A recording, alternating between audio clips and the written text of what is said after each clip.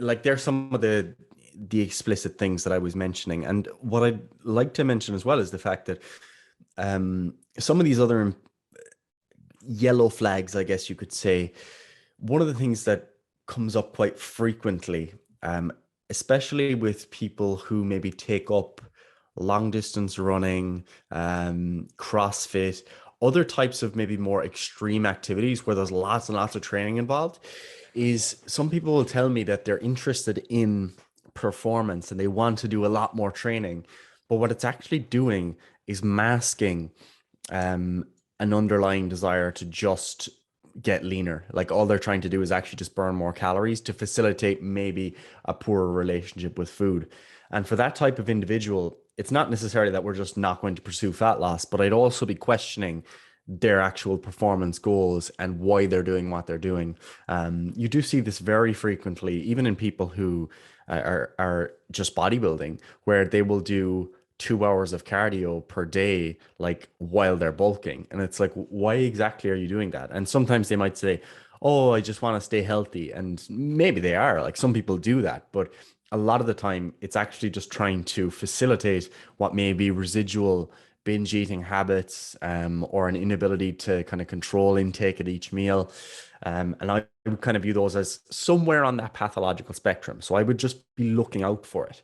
And then obviously, for someone with genuine performance goals, then I'm going to be hesitant to put them on a fat loss plan of action unless it's the case that relative strength or performance relative to the body weight is actually something that's very important.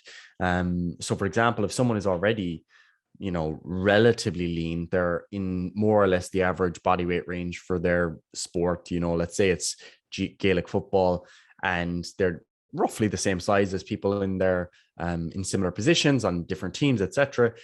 And they now want to get leaner so they can see their abs, and they really want to get shredded because they like that look.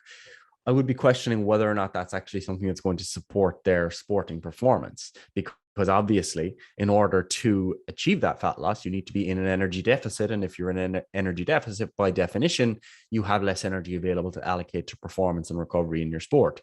So particularly if someone is mid-season, or they have a very intense off-season period, I would be just hesitant to move on with fat loss unless it was something that was not going to hinder their performance.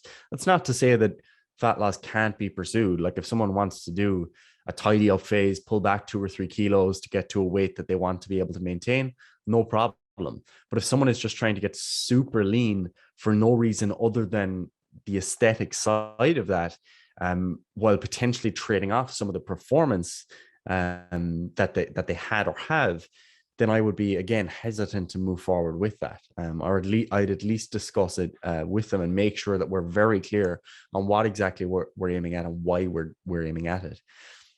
Yeah, 100%. And this is obviously very easy to see when we talk about like a sporting context, like because you see the performance decrement to, or detriment, I should say, to being in a fat loss phase, even in a relatively short fat loss phase. You're like, okay, look, you've 6 weeks of dieting, you only have whatever 2 or 3 kilos to lose. Like we could easily get that done in 4 to 6 weeks of dieting, right?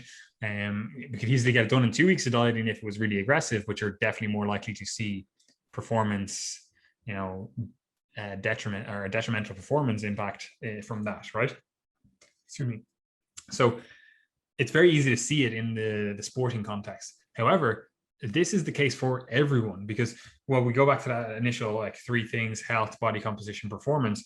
Most people just think of performance in terms of like, oh, the weights I lifted in the gym, or the time I ran during my run, or whatever it is, right? But it's also your day-to-day performance. It's also your mental performance. It's your emotional performance, we'll say, right? Like you are just not your best person when you are dieting, when you don't have energy. Like, do you think you're going to show up to work and be like, I'm ready to attack the day, I'm ready to really get, stuck into like whatever it is that you do? Like, you are not going to be that person when you are in a calorie deficit, when you are eating less food.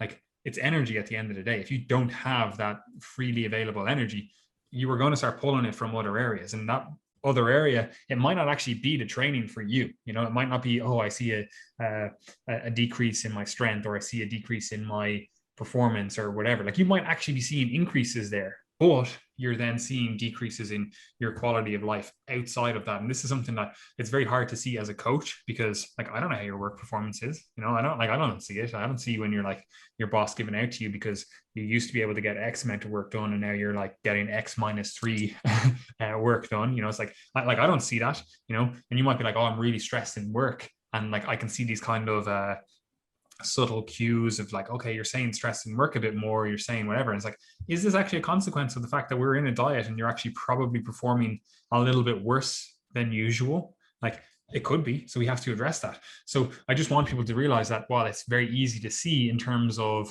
a sporting context, if this is a sort of again, a yellow flag, I would say an amber flag or an orange flag, but look, we digress. This is one of those things where it's a little bit easier to see in the performance context of a sporting context, but it also applies to your everyday life. It applies to what you do in work. It applies to how you show up for your family, your friends, etc. Like, not only, this is one of the things about dieting, like not only does it lead to generally a reduction in socializing, because you're like, oh, well, I can't go out to eat because I'm staying on plan, or I can't do XYZ because I'm trying to stay on plan, or whatever, right? It also leads to a situation where your friends actually don't like you as much, because you're just not the same person. You don't have as much energy. You're not as talkative. You're not as outgoing. You're not as bubbly, etc., etc. And this is why in the health and fitness world, and in the broader world overall, people abuse the fuck out of stimulants, because it actually allows them to present that more energetic person. But again, in the context that we're looking at, that might not be a good approach overall, because you end up in a position where you're eating into recovery elsewhere, because what comes up must go down. If you're literally hammering stimulants, like all that adrenergic signaling, it's going to have an impact downstream. You'd be like, oh, well, why am I not actually able to get my heart rate below 60? It's like, why are you stressed all the time? Why is your sleep impacted? Why is XYZ, all the stuff downstream of that? Like, it's not, you start impacting your health then, or you even start impacting your performance in the gym or whatever, because you're not actually able to recover, right? And so this is one of those things where you really do have to be multifaceted in your approach.